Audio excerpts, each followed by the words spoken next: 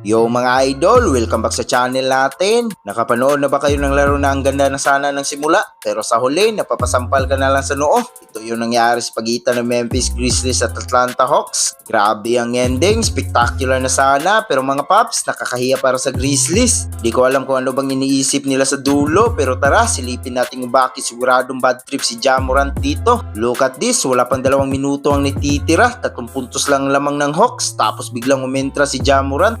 Steal, sabay lipad para sa isang dambuhalang dunk. 1 puntos na lang ang gap, pero ang Hawks palaban din. Si CJ McCollum bumitaw ng 3, balik sa 4 ang lamang. Buti na lang itong si Cedric Howard sumagot din ng 3. Dikit na naman, dikit pa sa pawis ng kilikili. Ito naman sakit mga paps, si Jack Landale na foul. Nasa free throw line. Pero ano ang ginawa? Sablay ang una, sablay din ang pangalawa. Diyos ko, sayang. Buti na lang ito si Jaren Jackson Jr. na foul din. Akala natin ito na yung swerte, pero naku po, pumasok ang una, sablay ang pangalawa. 3 free throws ang sinayan ng Grizzlies sa crucial na oras. Parang nananadya na. Dito na tayo sa climax, 6 seconds na lang natitira. Lamang ng 2 Hawks. Ang malupit dito, may 2 pang timeout ang Grizzlies. Alam nyo naman sa basketball, pag ganyan, timeout agad para ma-set ang play sa kabilang court, diba? Pero ang coach nila si Thomas ay salo, anyari paps, nakatayo lang, hindi tumawag ng timeout. Ayun na, napilitan si Ja Morant na itakbo ang bola mula sa kabilang dulo ng court sa loob lang ng 6 seconds. Wala nang oras para humanap ng magandang anggulo. Si Ja, napilitan bumitaw ng desperation shot sa buzzer at syempre, sablay, tapos ang usapan. Kitang-kita sa mukha ni Ja Morant yung pagkadismayan niya.